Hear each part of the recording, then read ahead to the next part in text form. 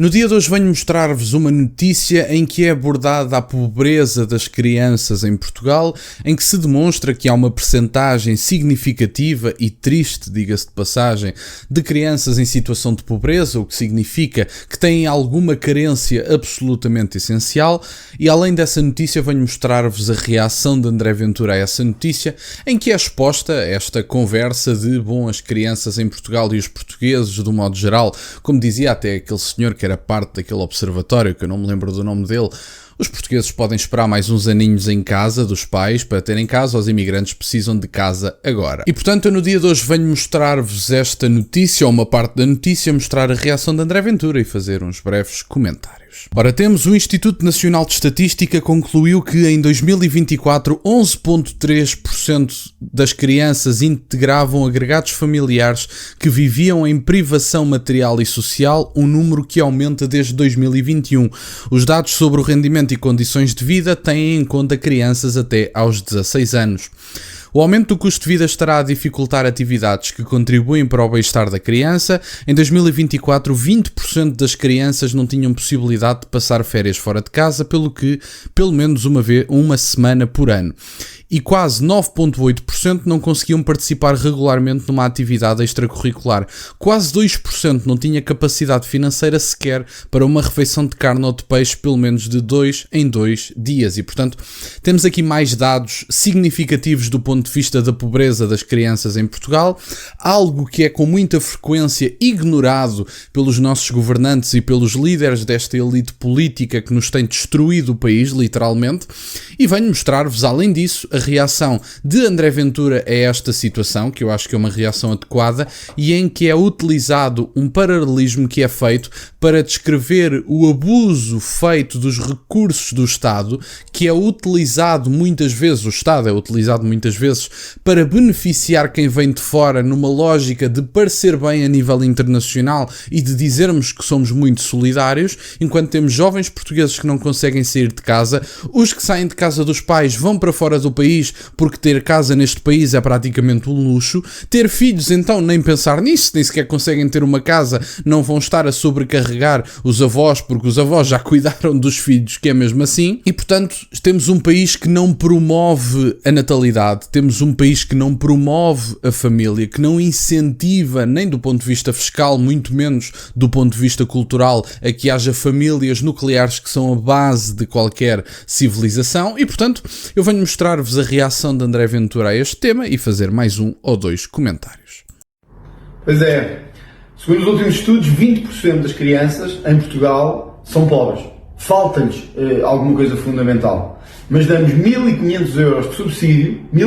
subsídio aos asilados, aos pedidos de asilo que vêm de fora. Portanto, as nossas crianças, as de cá, vivem miseravelmente e algumas delas não têm o mínimo para viver. Mas damos 1.500 euros a um tipo qualquer que chega do Paquistão e pede asilo. Digam-me lá se sou só eu que sou chato, se sou só eu que falo nisto, ou se querem que eu me cale sobre isto, porque isto é simplesmente um absurdo. Não, e estamos a falar de crianças até aos 16 anos no caso, como mostra o INE, mas estamos a falar também de idosos que passaram a vida toda a trabalhar, que ajudaram a construir este país e que são desprezados completamente pelo Estado Central, que atribui 200 e 300 euros de pensões, mas acaba por atribuir a um imigrante que chega da minha idade ou pouco mais velho, como aconteceu muitas vezes, de pessoas que se gabam muitas vezes até dos subsídios. Houve um senhor que veio em direto para a RTP, se não me falha a memória, dizer que recebia 590 euros de subsídio do Estado, que não era suficiente porque as rendas estão muito altas, e estamos a falar de um homem da minha idade, pouco mais velho, que tem perfeitamente condições para trabalhar, que escolheu deliberadamente este país e ainda por cima pediu o subsídio em inglês. É para vocês verem a audácia. O homem nem sequer sabe falar português e vem aqui exigir subsídios como se tivesse direito a alguma coisa. Tem 590 euros a mais do que deveria ter na verdade, que é o seu salário. Quer dizer, ou subsiste por conta própria, ou se mantém a si e a sua família com o próprio dinheiro, ou então não é bem-vindo. E, portanto, nós temos permitido este tipo de injustiças sociais, depois temos imigrantes que muitas vezes vêm para as redes sociais mostrar a quantidade de subsídios que recebem e os valores absurdos dos subsídios que recebem, enquanto temos um conjunto de injustiças sociais ignoradas pelo Estado português e promovidas por estas elites liberais. Há muitas pessoas que não gostam que eu chame elites liberais a esta gente, mas é na verdade o que são. Aliás, basta qualquer pessoa olhar para a história política até a nível europeu para perceber que o liberalismo e a democracia nunca se deram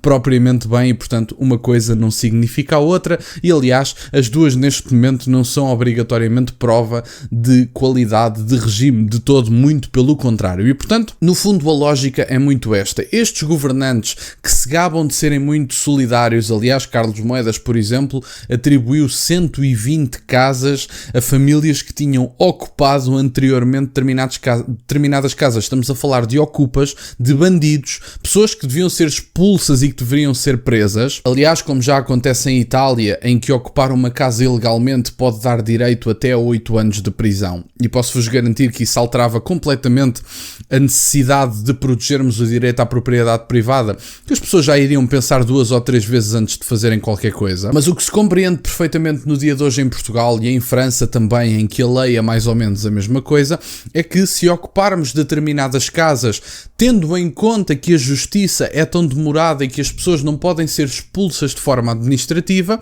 é bastante vantajoso ocupar uma casa, até porque basta trocar as fechaduras, ficamos lá dentro e ninguém nos pode expulsar até sermos presentes a juiz. Mas quando é que alguém apresenta juiz em Portugal? Quando é que a justiça é eficaz na defesa, seja do que for, em Portugal? Quando estamos a falar de determinados casos, ou que envolvem pessoas muito influentes na sociedade portuguesa, ou que envolvem minorias a nível nacional, que brevemente se calhar deixam de ser minorias, acabamos por ter uma justiça lenta, permissiva do ponto de vista da criminalidade e acabamos por ter representantes políticos que ainda gostam de premiar a criminalidade, nomeadamente a ocupação de casas como fez Carlos Moedas. E, portanto, não temos que andar a construir casas para a comunidade cigana, não temos que permitir que ocupas vivam nas casas que ocuparam como se a casa fosse deles, têm que ser expulsos de imediato e depois de serem expulsos, serem presentes a juiz, sem dúvida nenhuma. Não temos que dar 1 cêntimo a um único imigrante que nunca descontou 1 cêntimo para este país, não tem que receber 1 único cêntimo mensalmente e se quer estar em Portugal tem que trabalhar para sobreviver como faz qualquer pessoa e, se Deus quiser, para ter melhores condições de vida, desde que o dinheiro que ganha venha do seu trabalho e não venha nem do Estado português e não venha nem de lavagem de dinheiro do governo do Bangladesh e não venha nem de travessias ilegais que são feitas, até porque os crimes associados à imigração ilegal em Portugal estão em máximos históricos e são deliberadamente ignorados pela esquerda e até por algum centro-direita, como é Pedro Marcos Lopes, que acaba por dizer que não, a imigração não estava descontrolada nem desregulada, só temos máximos históricos de crimes associados à imigração ilegal, mas isso Pedro Marcos Lopes opta por ignorar deliberadamente porque lhe dá jeito do ponto de vista da narrativa política. E, portanto, era isto, meus caros, que eu tinha para partilhar no dia de hoje. André Ventura reagiu e bem a esta situação. Não, André Ventura não se cale sobre este tema que eu acho que é importante e continua a denunciar que nós cá estaremos para fazer também esse papel. E, portanto, era isto que eu tinha para partilhar. Quero-vos agradecer imenso por estarem desse lado. Peço-vos só o gosto neste vídeo e que subscrevam o canal. Tem as minhas redes sociais, o MBA na descrição, para o caso de quererem fazer alguma doação. E nunca se esqueçam, meus caros, questionem tudo. Até à próxima.